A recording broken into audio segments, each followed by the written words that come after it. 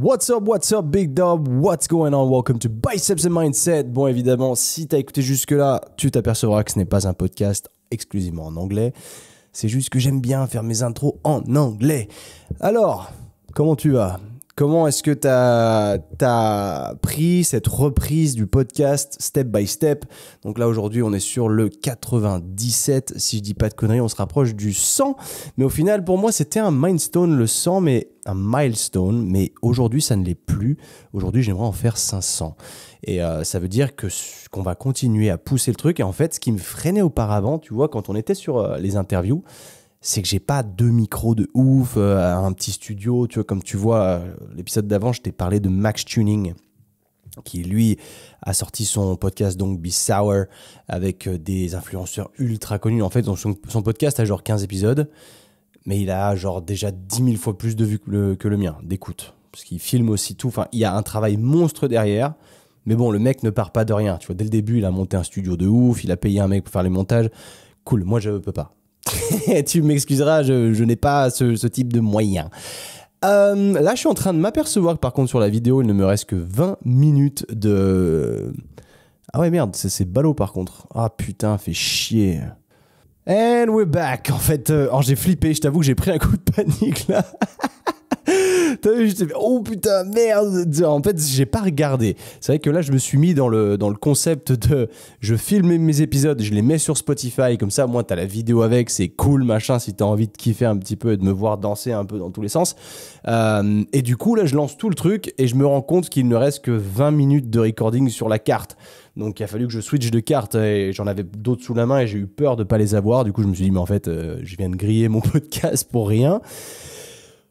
Ça mérite une gorgée là. Et ça tombe bien parce que je me rappelle plus du tout ce que j'étais en train de te dire. Mais ouais, parce que ça m'a foutu un coup de flip ce truc. Ça m'a foutu un coup de flip. Ouais, je te disais donc que les... Ah oui, putain, je te parlais de Max Tuning qui du coup avait son studio, lui, complet. Et forcément, donc je m'arrêtais à ça comme excuse, dans le sens où je vais pas faire des interviews parce que j'ai pas le bon micro, donc ça rend pas bien, machin, c'est chiant, j'ai pas de studio. Mais en fait, si j'ai l'opportunité de le faire en physique, je le fais. Mais tu vois, j'ai acheté ces petits micros avec qui j'ai pu faire du coup Aurélien et Tom, mon coloc australien. Et je trouvais que ça rendait quand même pas mal. Évidemment, c'est pas au niveau du micro dans lequel je suis en train de te parler aujourd'hui, mais je trouve que c'est hyper fonctionnel, sans mauvais jeu de mots. Ça marche super bien et c'est cool.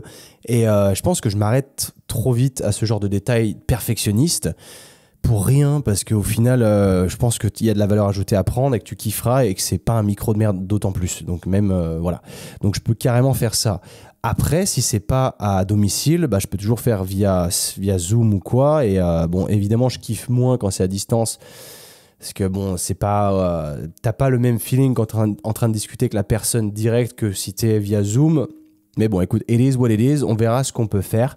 Mais c'est vrai que, après ce que je t'ai dit sur l'épisode précédent, je vais essayer de faire un maximum de faire intervenir des gens qui sont spécialistes dans un certain truc sur lequel on va pouvoir, nous, en retirer de la valeur ajoutée qui nous servira surtout. Parce que parler de trucs pour parler de trucs, c'est très bien, mais il faut pas qu'on parte trop loin. Tu vois, le podcast, c'est Biceps and Mindset, donc ça veut dire qu'on va discuter entraînement, ça veut dire qu'on va discuter prépa physique, amélioration du moins de sa version de soi physiquement, mais aussi surtout le mindset, les paradigmes, l'étude du cerveau, comment devenir une meilleure personne tout court en fait. Tu vois, si tu veux, tu prends de l'âge, mais tu t'assagis, mais tu deviens le but. Enfin, c'est pas automatique. Ce que je suis en train de te dire, c'est dire qu'il y a des gens qui s'assagissent jamais, qui vieillissent. Et des fois, tu rencontres des gens, ils ont 50, 60 ans, tu discutes 2 minutes avec eux, tu t'aperçois qu'ils n'ont pas fait grand entre guillemets, développement personnel sur eux, tu vois. Donc, tu te dis que voilà, nous, on n'a pas envie d'être limité, on veut aller chercher loin, on veut devenir de bonnes personnes,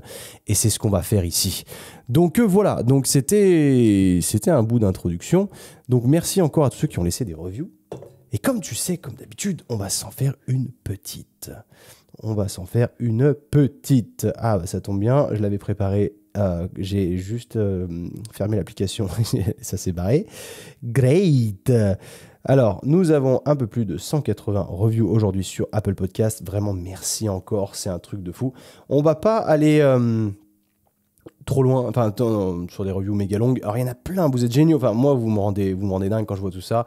Là celui-là il est de Oriane B. J'attends les épisodes chaque. Putain tu vois on peut jamais voir les titres. Par contre c'est un peu foireux. J'espère que c'était semaine. Je pense toujours aussi plaisant d'écouter les podcasts inspirés motivants. Merci Team Savoie. Eh ben salut Oriane, merci d'écouter et merci d'être. Merci d'être de Savoie, je l'ai dit. Ça, tu n'y es pour rien. Mais en effet, on a une très belle région ici. Aujourd'hui, de quoi est-ce qu'on va parler? Aujourd'hui, comme tu as pu voir sur le titre, moi, joueur professionnel de football américain. Donc aujourd'hui, je suis en train de porter, si tu me vois en vidéo, je porte un t-shirt que j'en ai fait un débardeur, tu me connais, des Barcelona Dragons, une équipe pour laquelle je n'ai absolument jamais joué, mais que je kiffe bien et que j'ai vu jouer, et du coup j'ai acheté du merch. Pourquoi est-ce que je porte pas celui pour laquelle j'ai été faire les tests? Parce qu'ils m'en ont pas donné. Alors, la semaine dernière, c'était le week-end du 1er et 2 octobre. Alors, je te dis la semaine dernière, c'est pas forcément à l'instant où tu vas l'écouter, ce sera peut-être pas la semaine dernière, hein, mais c'était le 1er et 2 octobre. Je suis parti à Zurich pendant 3 jours. Et en fait, ce qui se passe là, c'est qu'en ce moment, je te remets un peu dans la sphère du football américain. Oui, parce que c'est une passion à moi depuis des années. J'en ai pas fait autant que j'aurais aimé en faire. Parce que j'ai commencé il y a à peu près 12 ans. J'ai joué 1 an et demi. Après, j'ai joué un petit peu aux US. Après, j'ai joué un petit peu en Australie. Mais le truc, c'est qu'avec mon emploi du temps, ça ne fitait plus. Il a fallu que j'arrête. Donc, j'ai arrêté pendant 8 ans. Et après, j'ai repris là l'année dernière en Espagne. Et cette année, j'ai repris en France. Et c'est toujours autant un kiff. Et je peux te dire que c'est pas parce qu'on a 32 ans qu'on peut pas attaquer. Et à 32 ans, je suis bien meilleur joueur que je ne l'étais quand j'avais 20 ou 21 ans. Donc, voilà. Là-dessus, du coup, je vais t'en parler aussi. Je vais rebalancer un peu le truc. Je sais pas si tu kiffes le foot US, si t'en fais, si c'est quelque chose qui te botte. Au passage, vu qu'on parle de foot US, je vais plugger mon pote Arnaud qui a la boutique Spiral Football qui est à Lyon. Donc, c'est un des seuls revendeurs de produits de foot américain en Europe. Il n'y en a pas beaucoup. Enfin, en France, il y en a peut-être 3 ou 4. Mais lui, il est à Lyon. Et aujourd'hui, donc si jamais tu as besoin d'articles de foot US, d'autant qu'en ce moment, c'est chaud de trouver du matos et c'est chiant. Et les prix ont augmenté et c'est une galère. Donc je suis allé le voir l'autre jour, donc on a discuté un peu. Et là-dessus, je ne gagne rien, mais c'est juste pour toi, j'ai réussi à négocier un moins 10% sur son site avec le code Quentin10. Si jamais tu as besoin de choper un truc, c'est maintenant qu'il faut le faire. Ce qui m'a dit que le code, il ne le laisserait pas indéfiniment. Donc s'il ne fonctionne plus à l'heure à laquelle tu es en train de le mettre, je suis désolé, envoie-moi un message et potentiellement je pourrais négocier.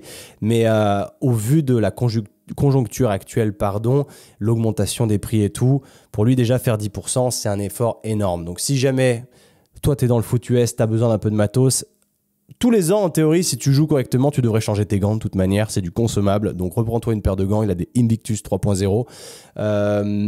Et du coup, tu as 10% dessus. Donc voilà, moi je ne touche même pas de commission, c'est simplement parce que je voulais lui filer un coup de main et que je veux aussi plugger les autres aussi. Et moi, quand j'achète du matos, du coup, je vais utiliser mon propre code, en fait, si tu veux, pour avoir 10% dessus. Bref, du coup, aujourd'hui, on parle foot américain, comme tu peux t'en douter. Donc, fais un tour sur spiralfootball.fr. Mais en attendant, si le foot américain te plaît ou tu es attiré par ce domaine-là ou quoi, aujourd'hui, ça va être une discussion cool. Parce que le foot américain, c'est un sport très particulier, très peu populaire en France, du moins, c'est en train d'augmenter énormément. Comparé à l'époque à laquelle je jouais, moi, il y a 12 ans, ça a quand même beaucoup grandi et c'est cool. Et à l'heure d'aujourd'hui, même si pour moi, c'est un peu tard, il y a la Ligue européenne, c'est European League of Football, la ELF, qui a été créée il y a quelques années en France, il n'y a pas longtemps, c'est tout récent, et du coup, il y a de plus en plus d'équipes qui pop comme ça, c'est des franchises selon les villes, ça arrive du jour au lendemain comme ça, et chaque saison, il y a de nouvelles équipes, et je trouve que c'est génial. Maintenant, est-ce que c'est un business model qui va marcher? Je l'espère vraiment. Si ça peut se démocratiser, qu'il y ait une chier d'équipes, ne serait-ce qu'en France, ce serait vraiment cool. Et là, on vient tout juste d'avoir l'annonce d'une équipe en France qui va arriver, qui est l'équipe de Paris. La Paris Football Team, donc il y aura, le nom n'a même pas encore été révélé, mais c'est cool. Déjà, c'est vraiment cool, et je vais t'expliquer un petit peu tout le cadre, et je vais t'expliquer ce que moi j'ai fait. Donc j'étais à Zurich parce que Zurich, non pas les Barcelona Dragons, mais Zurich, ils ont l'équipe des Helvetic Guards, donc qui est une équipe qui n'existe pas encore, mais qui est en création. Et du coup, forcément, quand tu crées ton équipe, il te faut des joueurs. Et du coup, ils ont fait ce qu'on appelle un combine. Donc aux États-Unis, c'est les tests en fait pour rentrer dans cette équipe. Donc tu as une journée sur lesquelles, enfin, soit ça se fait sur 2 jours, soit ça se fait sur 1 jour. En tout cas, tu as la première partie qui va être exclusivement du travail individuel physique sur des tests comme le 40 yard dash. Donc le 40 yard dash, en fait, ça correspond à un sprint sur 37 mètres qui est très représentatif au sein de ce sport. Et tu as du coup, comment t'expliquer ça, c'est toute une suite d'exercices qui est déterminant pour le foot américain, qui vont un peu faire ressortir tes capacités athlétiques selon ta position, pardon. Donc tu es séparé par groupe de positions. Et après, on te fait passer tous ces tests. Et c'est énorme, mec, parce que tu es vraiment dans le truc. Si tu veux, moi, je vais te raconter vraiment mon expérience à proprement parler. Donc déjà, ce qu'il faut savoir en amont, c'est que quand tu vas... Donc, c'est des équipes en Europe. Et selon le pays dans lequel l'équipe est située, par exemple, on va parler des Barcelona Dragons, sur à peu près un roster entre 50 et 55 joueurs, il faut qu'il y en ait 40 qui soient des locaux. Donc, ça fait 40 Espagnols sur la fiche de match, si tu veux. Donc là, en l'occurrence, en Suisse, alors c'est un truc que je ne savais pas. Donc, je me suis pointé là-bas et direct, ça a été annoncé, il faut 40 Suisses déjà dans l'équipe. Donc, tu dis « Ah !» Et puis après, donc, il te reste quelque chose comme 12 places. Tu as 4 places pour des imports américains. Donc forcément, y a des ricains qui réussissent pas spécialement là-bas au vu de la concurrence et du niveau hyper élevé. Ils tentent leur chance en Europe. Mais en fait, c'est les moins bons des US qui viennent ici. Mais c'est malgré que ce soit les moins bons des très bons là-bas, ici, ils sont très forts, tu vois, pour le niveau européen. Donc forcément, ça t'enlève encore 4 places. Et après, il reste genre 8 places pour des Européens.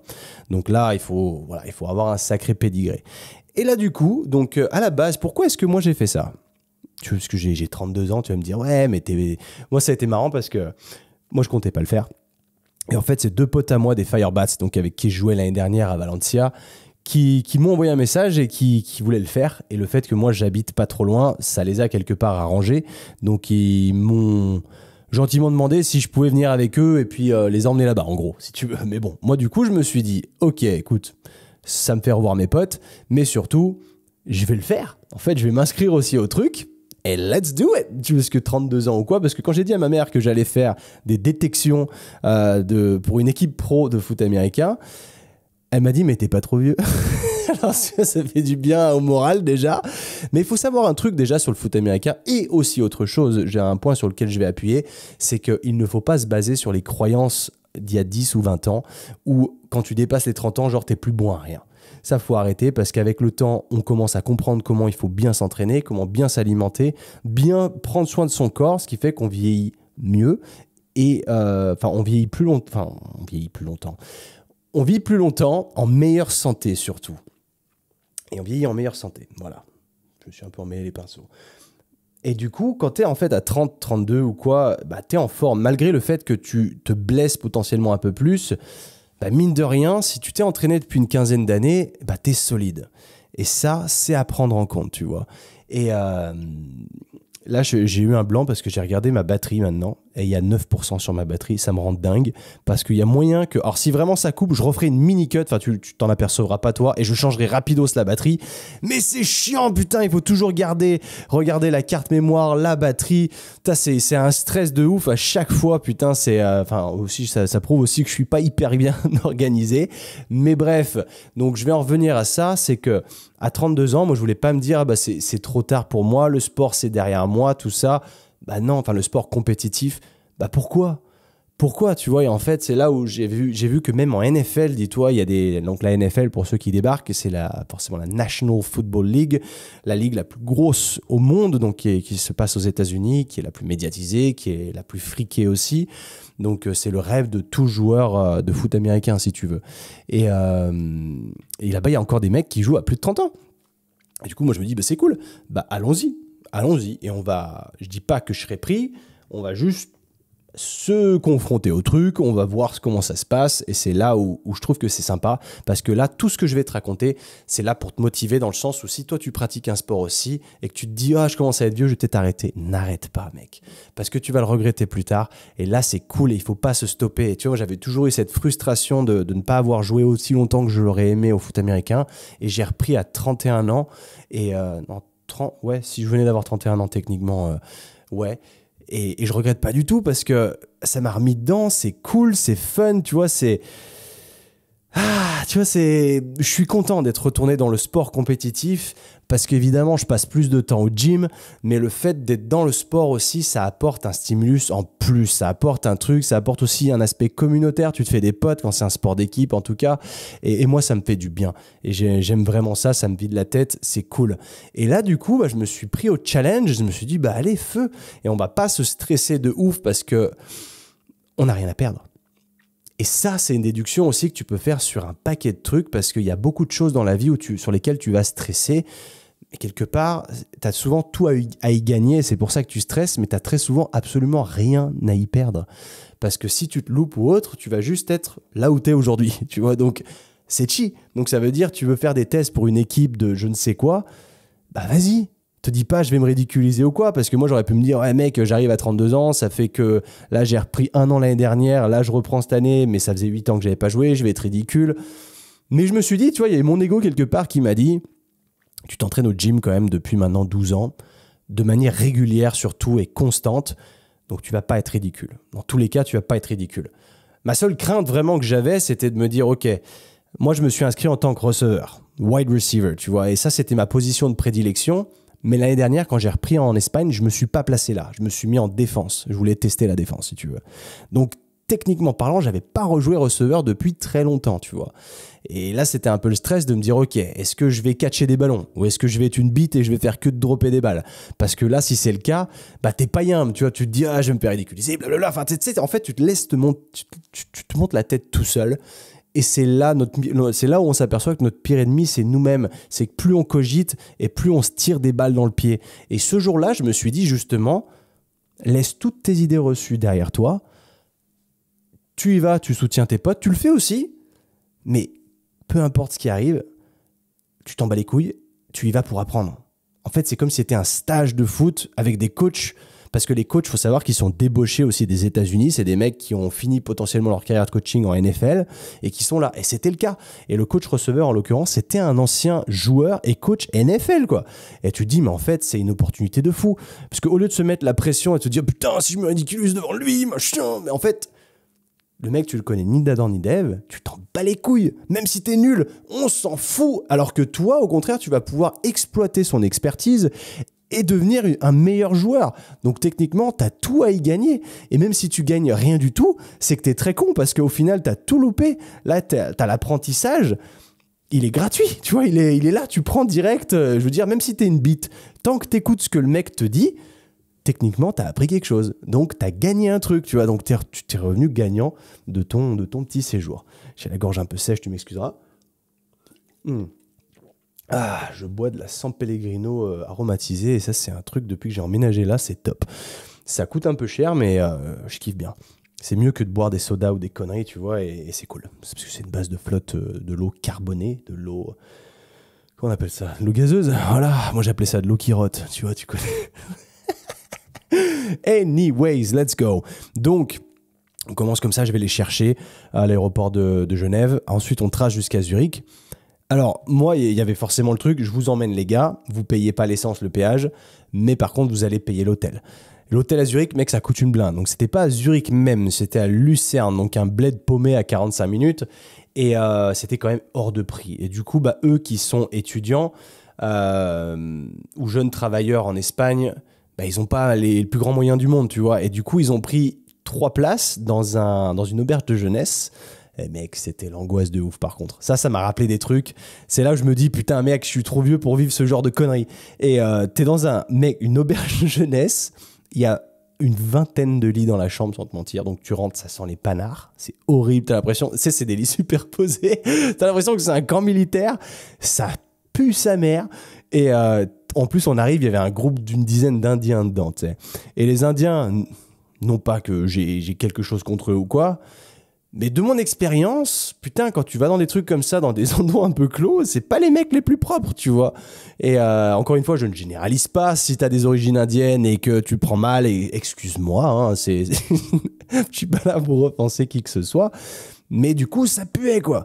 Et les mecs mettent leur musique à bloc, enfin pas à bloc, mais ils mettent leur musique, ils laissent les lumières allumées, enfin, relou, quoi.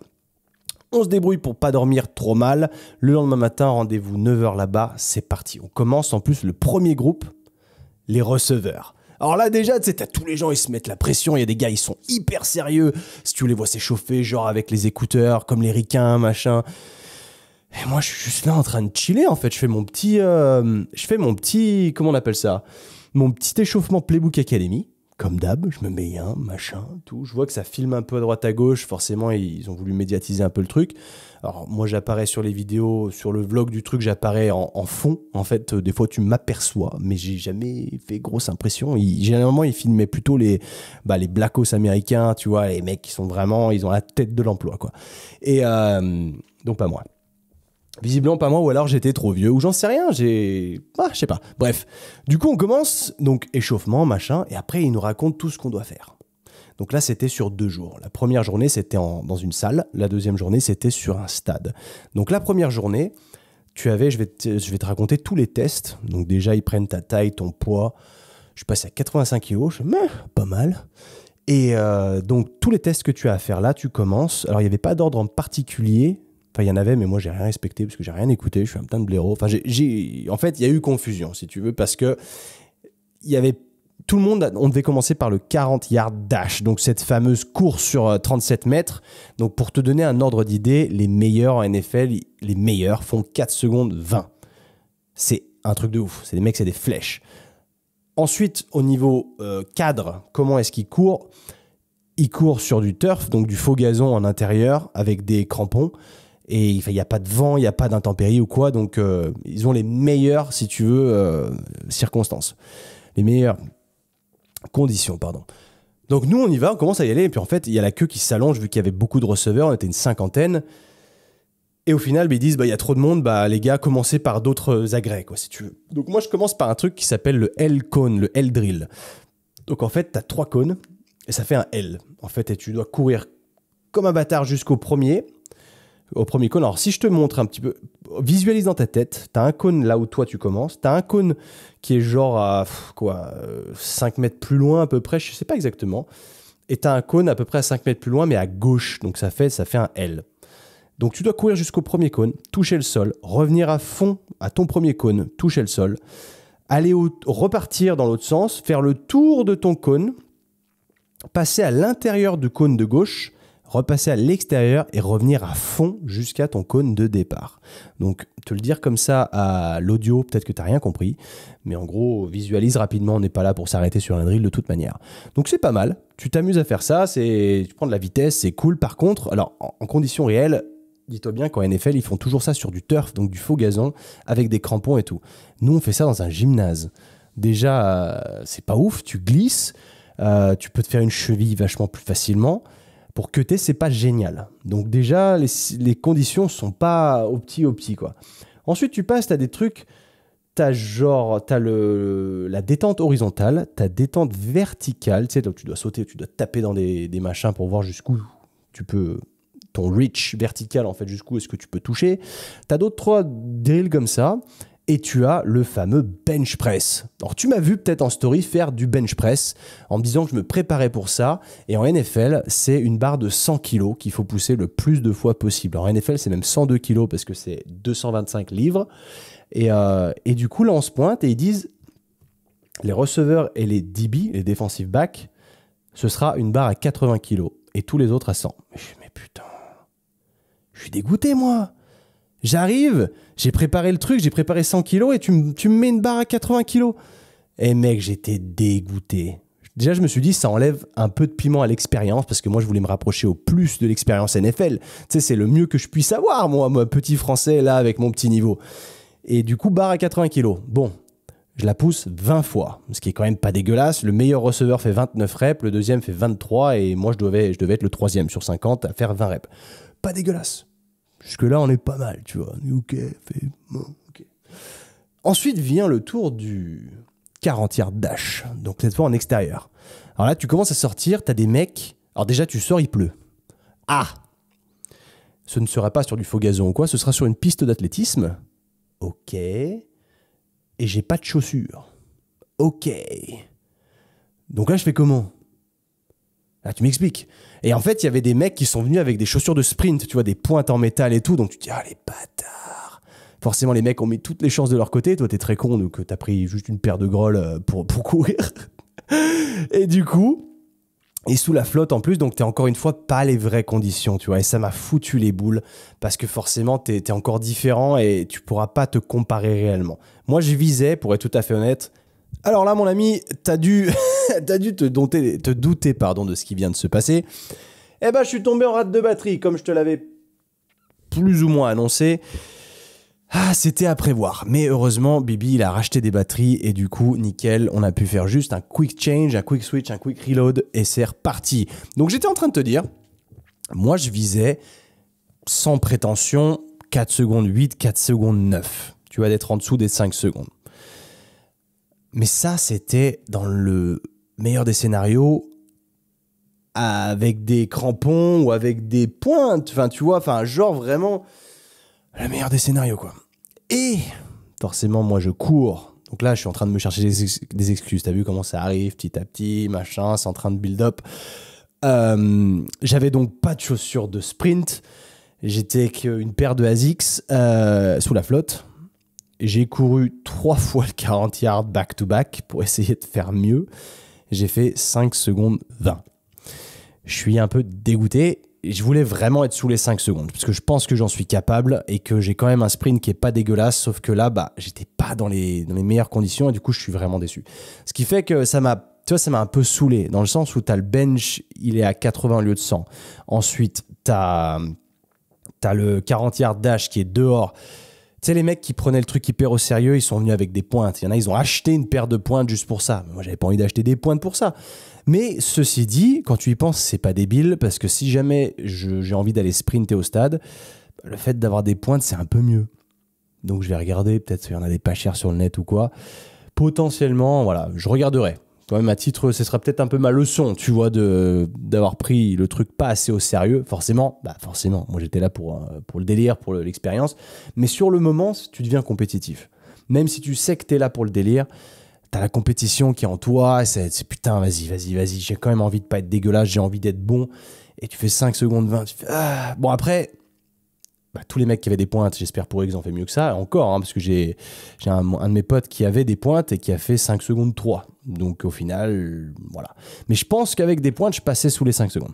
C'est un peu dommage, mais voilà, c'était mon objectif perso, de passer sous les 5 secondes.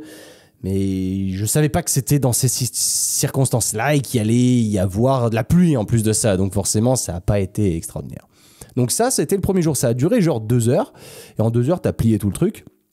C'est cool, tu te fais des potes, tu rencontres des gens un peu de partout, parce que encore une fois, tu as plein de Ricains, tu as même des Japonais, tu as beaucoup de Suisses, et tu as des Français qui viennent, parce qu'il y avait pas mal de Français, il y a du niveau en France, donc il y avait des Français qui se sont déplacés, donc c'est cool. T'en as qui sont pas du tout là pour sympathiser avec toi, t'en as d'autres qui le sont, donc ça c'est sympa. Mais ceux qui sont pas là pour socialiser, c'est ceux qui sont vraiment sociabilisés, pardon. Ceux qui sont vraiment dans l'optique compétition, genre me parle pas, je suis avec mes écouteurs, machin, ok, tu vois. Pas de jugement, chacun fait son délire. Tu sais, c'est... It is what it is, you do you, mate. Et de là, donc, on en profite pour aller à Zurich, parce qu'on finit tous nos tests. Enfin, moi, j'étais le premier, donc on a attendu pas mal de temps après. Ensuite, il y a les DB, donc un de mes potes était DB, il passe après. Et le troisième pote, il était, lui, linebacker. Donc, eux, ils passaient en dernier. Donc, vers 16h, on termine. On se dit, bon, on a du temps. Déjà, je me suis dit, putain... Alors au début, aussi pareil, un truc qui a aussi ruiné un peu l'expérience, c'est que normalement quand tu vas là-bas, ils te filent un t-shirt avec un numéro dessus. Comme ça, ils savent leur numéro, le numéro correspond du coup à un nom, et du coup ils savent comment te noter si tu veux. Là, ils avaient pas ça.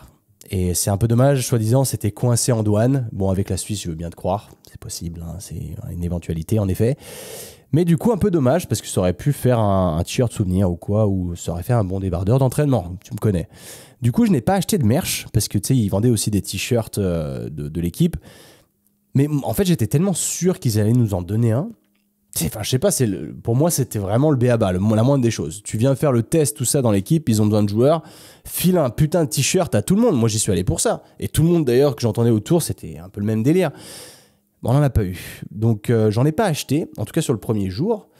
Et donc, après, on va à Zurich. On va à Zurich. Moi, c'est une ville que j'ai jamais fait, Zurich. Et du coup, j'en ai entendu beaucoup parler. Je sais que c'est une ville extrêmement chère. Bon, on n'a pas eu de bol parce qu'on y allait, il pleuvait. Donc forcément, ça te nique un peu ton expérience parce qu'il fait froid, il pleut, il y a du vent. Tu profites pas vraiment du truc. Ceci dit, de ce que j'ai vu, ça faisait très alémanique, en tout cas pour ma part. Et moi, tu le sais, je ne porte pas l'Allemagne dans mon cœur en termes de mentalité, si tu veux. C'est pas du tout ma tasse de thé. Moi, je suis beaucoup plus, tu sais, les gens qui ont pas trop de règles. C'est plutôt les Espagnols d'ailleurs, et les Français aussi, nous sommes un peuple rebelle, que j'aime beaucoup, j'aime notre mentalité, mais du coup, l'Allemagne, c'est pas ma tasse de thé. Comme je te disais, c'est ceux qui suivent vraiment les règles très carrées, qui sortent pas du cadre. Pour moi, c'est boring, ça m'ennuie. Et du coup, c'est ce que cette ville m'en a fait ressentir. Malgré tout, encore une fois, c'était un aperçu très bref. Donc, c'est pas un débrief sur Zurich que je suis en train de te faire parce que je pense qu'il y a des gars qui sont allés à Zurich pendant longtemps ou qui viennent de Zurich et qui ont grave kiffé. Mais du coup, moi, j'ai eu une mauvaise première impression, si tu veux. Donc, je sais pas si je retournerai. Si j'ai une opportunité là-bas, un jour d'y aller, quelques jours, pour telle ou telle raison, why not? Sinon, non. Mais voilà, du coup on passe la soirée là-bas, on vient, on se prépare, enfin, du coup on retourne dans l'auberge de jeunesse où ça sent les panards, donc on essaye de faire abstraction, on va se coucher, on repart le lendemain matin, let's go cette fois, il pleut pas, on a de la chance. Cette fois c'est sur stade, donc c'est en extérieur. Et là je vais te donner encore une fois ce ressenti il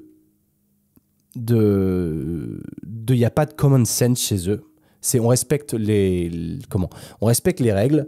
Et c'est tout, en fait. Il n'y a pas d'exception, il n'y a pas de... On comprend pas, on n'essaye pas des...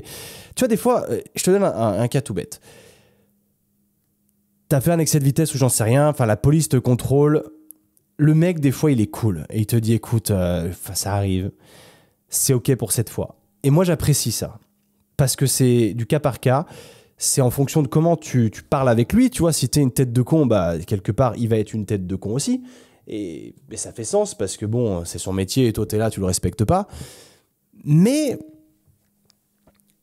là-bas, t'as beau être courtois ce que tu veux, il n'y a pas de deuxième chance. Déjà, il y avait des radars partout, donc je me suis fait flasher sur l'autoroute parce que Waze m'a pas indiqué les radars, donc ça m'a gonflé aussi. Et j'ai pas roulé plus vite. En fait, c'est très très mal foutu parce que t'as des portions à 100 et des portions à 120. Et du coup, moi, la voiture avait détecté que c'était une portion à 120. Donc, le cruise control, c'était à 120. Et je me fais flasher parce que c'est passé à une portion à 100 et qu'il y avait un radar juste après. Mais tu vois, ça m'énerve. Et partout, en fait, tu avais des radars. Toutes les 5 minutes, il y avait des radars. Je me mais putain, mais c'est quoi ce pays? Et encore une fois, no offense. Hein. Les Suisses, on se calme. Je suis pas là pour offenser qui que ce soit. Je donne mon ressenti qui je trouve, pour moi, est très alémanique. En fait, moi, je connais mieux la Suisse du coup française, entre guillemets, Genève, et je trouve qu'il n'y a pas cette mentalité allemande. Sauf que Zurich, bah forcément, c'est la Suisse allemande, donc ça se rapproche beaucoup de nos amis les Bolches. Et du coup, t'as ça, et le deuxième jour, c'est sur terrain. Et là, cette fois, c'est complètement différent. Bah, c'est du test athlétique sur terrain avec des vrais tracés de jeu. Cette fois, tu mets les crampons, tu mets les gants. Donc là, ça va devenir sérieux. Là, c'est un moment qui m'a un peu plus stressé, je t'avouerai, que le reste, même si je me prenais pas trop au sérieux parce que j'étais vraiment là pour le fun. Mais quand j'ai vu la compétition qu'il y avait, parce que tu as des positions où il y avait 10-15 mecs. Mais là, nous, il y en avait 50. Donc, clairement, c'est pas le même délire. Donc, tu dis ok, ça veut dire qu'on va pas avoir beaucoup de temps de passage chacun, donc faut éviter de le merder si tu veux. Donc là-dessus, là j'ai beaucoup appris, tu vois, il nous apprenait beaucoup les feintes. Quand tu es receveur, en fait, si tu veux, si je te remets un peu en situation, pardon, si tu connais pas trop le foot américain, tu sais qu'au début, il y a le quarterback qui appelle le ballon. Le centre au milieu, le gros, qui lui envoie le ballon. Et là, à partir de là, une fois que le centre a jeté le ballon, le jeu commence. Si tu veux, le foot américain, si tu connais pas du tout, c'est un peu un jeu d'échecs. C'est très stratégique. C'est comme du tour par tour, mais tu as 4 essais avant de... Soit tu rends la balle, soit tu prolonges tes essais si tu as parcouru une distance sur le terrain. fait, tu as 10 mètres, à peu près, c'est 9 mètres, c'est 10 yards à parcourir sur tes 4 tentatives. Si généralement, sur tes 3 tentatives, si tu ne l'as pas passé, la 4e, tu vas botter le ballon pour qu'il aille le plus loin possible chez les autres. Et comme ça, eux reprennent l'attaque à partir de là. Tu vois ce que je veux dire? Donc, si tu veux qu'on parte dans les règles, j'interviewerai quelqu'un qui connaît mieux le football que moi et on en parlera et puis ouais, ça peut être cool. Mais en gros, c'est ça. Donc, quand le quarterback a le ballon dans les mains, si le jeu qui a été appelé est un jeu de passe, c'est là où les receveurs vont devoir être particulièrement bons. Et ils vont devoir faire un tracé. Donc, tu vas te mettre à courir et en fait, tu as des feintes à faire. C'est particulier parce que là, tu vois, je suis en train de m'imaginer sur un mec qui n'a jamais regardé un match de foot US ou quoi. Il va se dire, mais le mec, il est en train de me dire quoi là? Qu'est-ce que tu me racontes, mon gars? Tu vas courir, tu vas faire des tracés, des feintes. Comment quoi? Et en fait, admettons, allez, je te dis, tu vas faire un post. Le post, c'est une course où tu fais à peu près 10 yards tout droit. Et ensuite, tu cuts à 45 degrés à l'intérieur du stade. Et là, tu peux recevoir le ballon là. Donc déjà, il faut que tu cours bien ton tracé. Ensuite, il faut que le mec qui défend en face de toi, qui veut pas que toi, tu réussisses ton tracé, il va être là pour t'emmerder. Donc, il va te suivre au maximum, il va essayer de déceler d'anticiper ce que tu comptes faire. Donc, c'est là où tes cuts doivent être ultra propres et c'est là où tu dois même faire des feintes pour faire genre je vais à gauche et en fait non, je vais à droite, tu vois. Et du coup, c'est ça. Donc, ils nous entraînent au début sur des feintes, sur des tracés, mais pour le moment, il n'y a pas d'opposition. Donc, ça se passe bien, je catch tous mes ballons, c'est cool. Et puisque tu as les quarterbacks aussi qui étaient là aussi pour la détection, mais il y en avait genre 5 ou 6, donc il n'y en avait pas beaucoup. Mais tu en avais quand même 2 ou 3 qui n'étaient pas très bons. Et pas très bons. Encore une fois, c'est subjectif parce qu'ils avaient déjà un bon niveau quand même, hein, on va pas déconner. Et après, une fois qu'on a fait tout ça, donc déjà, tu as vu à peine 3 passages, donc tu te dis sur quoi ils vont se baser, les mecs. Donc c'est là où tu te dis, j'ai que 3 passages, il faut que j'évite de tous les merder, tu vois. Et ensuite, tu passes sur de l'opposition. Cette fois, ton quarterback te donne un tracé à faire. Et en face, tu as un mec cette fois. Donc le mec, il regarde tes hanches, il est là à te jeter. C'est là où il faut pas merder. Donc j'ai eu 4 passages là-dessus. Les 4 fois, j'ai réussi à créer de la distance entre moi et le défenseur, donc ce qui est plutôt bien. J'ai catché 2 ballons et les 2 autres, ils étaient incatchables. Donc quelque part, j'ai plutôt bien géré tout ce que j'avais à faire. Tu vois, j'ai jamais droppé un ballon. Parce qu'il y a un catch où j'étais sur ce qu'on appelle un carré extérieur. Donc en fait, je cours, je fais genre que je vais très loin, donc je fais un sprint, mais sur en réalité 2-3 mètres. Et là, je cut direct à 90 degrés sur la droite, tu vois. Et du coup, c'est là où le mec se dit « Oh merde !» Tu vois, le défenseur, il a cru que vu que tu as donné l'impression que tu partais très vite, le mec a commencé à reculer un peu. Et en fait, tu fais vite un cut en extérieur. Et là, le temps qu'il revienne, il a perdu il y a de l'espace entre toi et lui. Donc, tu as plus de chances de catcher que lui, quoi, par exemple. Et c'est là où, en fait, le quarterback me jette le ballon 1 mètre derrière. Donc, forcément, moi, normalement, il est censé m'arriver dans la course. Donc, devant moi. Et là, il était derrière moi. Donc, forcément, j'essaie de me retourner comme je la touche, mais incatchable. Et la deuxième, c'était sur un tracé très long. Et en fait, elle était trop longue. Donc, j'ai même sauté. J'ai donné ma vie, tu vois, et je ne l'ai même pas touchée tellement elle était loin. Mais en gros, tu vois, j'ai trouvé que je m'en étais plutôt bien sorti. Malgré tout, de ce que j'ai vu, il y avait des profils qui étaient bons. Et tu avais des coachs des fois qui allaient voir les gars, parce que forcément, on n'avait pas de maillot avec des numéros. Donc, il y avait des coachs qui allaient voir 2-3 joueurs qui disaient « Ouais, c'est quoi ton nom? C'est quoi ton nom de famille? Machin. » Et peut-être que ces gens, du coup, étaient mis en avant. Enfin, étaient genre « Ok, lui, il est bon. On va noter qu'il est bon. » Alors, on m'a pas demandé mon nom. On m'a pas demandé mon nom, putain. Même pas une seule fois. Mais alors du coup, moi j'étais plutôt content de moi pour le coup. J'ai trouvé que j'étais vraiment pas ridicule, ce qui fait plaisir. Mais visiblement, j'ai pas non plus attiré l'attention. Après, encore une fois, je suis français, donc tu avais très peu de chances d'être pris en étant français, en étant autre que suisse en fait. Et après, regardez les Américains, si tu veux. Donc, regardez plus les Suisses et les Ricains. Parce que forcément, quand dans une équipe complète, tu n'as que 8 joueurs qui sont européens, ça veut dire qu'en receveur, il y en a peut-être 1 ou 2, quoi. Donc, en gros, le pourcentage de chance d'être pris, il est très, très minime. Donc, voilà. Donc, là, ça a duré qu'1 heure et demie, tu vois, par position. Donc, c'était un peu dommage. Je suis un peu resté sur ma faim, je t'avoue. Ça m'a un peu déçu. Et là où je rebondis encore une fois sur cette mentalité allemande, alors, elle n'y était pas sur le stade parce que tous les coachs sont des Américains. Donc, ça, c'était super inspirant parce que du coup, t'es vraiment t'as l'immersion complète. Tu vois, c'est génial, c'est des gars qui ont coaché des gars en NFL, c'est des mecs qui ont même joué en NFL, donc c'est impressionnant. C'est des mecs, ils ont tous 50 piges, mais c'est cool. Et ils ont beaucoup de savoir-faire et ils t'apprennent des petits détails que potentiellement dans ton club local, tu les auras pas. Et ça, c'est cool. Et de là, on termine. Donc, un de mes collègues se fait une méga entorse à la cheville, pas de bol, grade 2, enfin grave quoi, pas ouf. Ok, donc on le porte un petit peu, on le ramène à la voiture. Et là, tu vois ce que j'ai pas aimé, encore une fois, quand je te dis que dans ce pays, c'est cette mentalité allemande que moi je n'apprécie pas, c'est qu'il n'y a pas de... On comprend pas la situation. Tu sors de la règle, on te punit en fait, direct. Il n'y a pas d'humanisation, tu vois, c'est des robots. En tout cas, encore une fois, je veux offenser personne, mais c'est mon ressenti. C'est trop robotique, il n'y a pas de discussion. Et là, par exemple, tu vois, évidemment, le combine attire du monde, il y a beaucoup de joueurs, il n'y a pas assez de place dans le parking du stade. Mais tu peux pas faire autrement. Donc tu te gares un peu comme tu peux dans le parking. Moi, j'étais garé juste à côté d'une place. C'était techniquement plus une place, mais j'ai pris une prune. Et en fait, ils ont pruné tout le parking, tu vois. Et là, je me suis dit, mais tu vois, les gars, vous savez ce qui est en train de se passer là. On est dans une petite principauté, c'est une municipalité à côté d'une grosse ville. Il n'y a personne. Et vous venez péter les couilles entre eux. Vous m'excuserez l'expression, vraiment, mais moi, ça m'a tellement frustré. Et moi, j'aime pas ça. Et je trouve que c'est moche parce que c'est... Encore une fois, c'est les règles, certes, elles sont là, il faut les appliquer, il faut les respecter, mais il n'y a pas d'humanisation, il n'y a pas de compréhension. Moi, je sais pas, je suis flic, je vois ça, je fais « Ah putain, cool, ils ont organisé un truc. » Évidemment, ils peuvent pas se garer autrement, tu vois, donc on va pas être cons, on va pas les aligner. Eux, ils le font.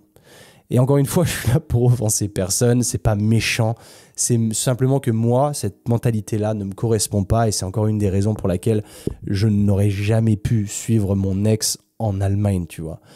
Je ne peux pas, en fait. Moi, ça me rendrait misérable que d'être dans ce pays.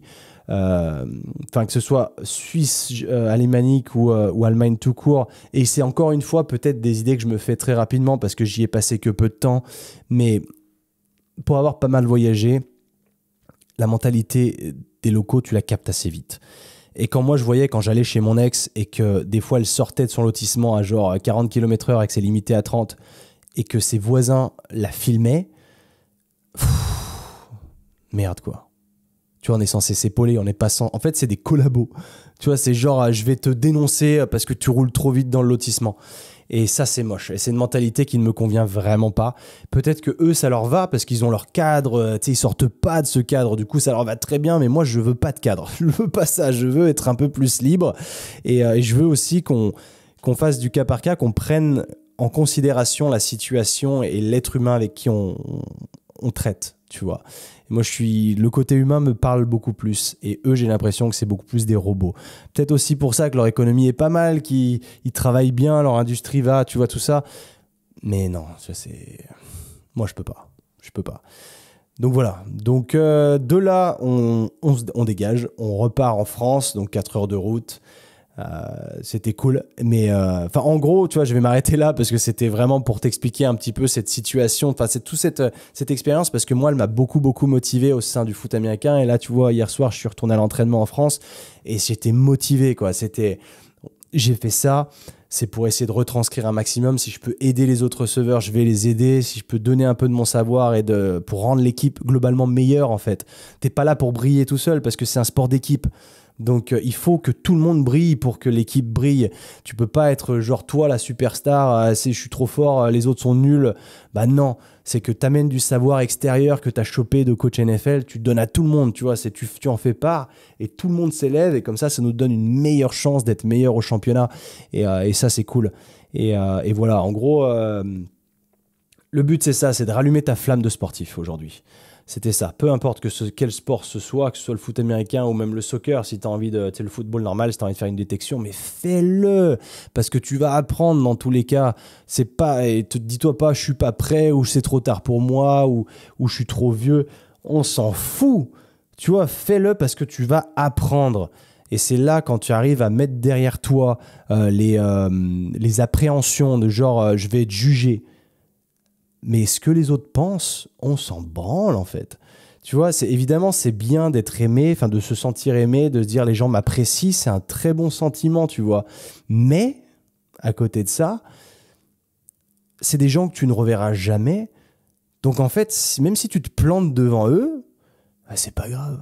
Toi, tu es là-bas pour apprendre, donc tu prends ce qu'il y a à apprendre en fait, c'est surtout ça. Et tu n'en sortiras que meilleur. Et c'est ce que j'ai pu notifier avec le temps, c'est que la plupart des gens ne prennent pas ces risques, parce que c'est quelque part tu vas en dehors de ta zone de confort. Là, tu t'exposes à un stress que tu n'aurais pas normalement, parce que tu décides d'aller de l'avant, mais parce que tu sais qu'il y a de l'apprentissage à la clé, tu vois. Tu viens récupérer un truc, mec, c'est cool. Et c'est ça, pour moi, la leçon, c'est ça qu'il faut garder en tête. Tu as envie de faire un truc au niveau sportif ou autre, fais-le. Tu n'as rien à perdre, tu as tout à y gagner, au contraire. Donc pense-y, garde bien ça en tête. Si tu veux commencer le foot américain, moi je t'invite à le faire parce qu'il y a de plus en plus d'équipes en France, c'est hyper cool. Si tu as besoin de choper du matos, encore une fois, je plug mon pote spiralfootball.fr. Donc c'est Spiral, je crois qu'il y a un trait d'union, spiral-football.fr, je suis pas certain, mais tu tapes Spiral Football sur Google, tu trouveras.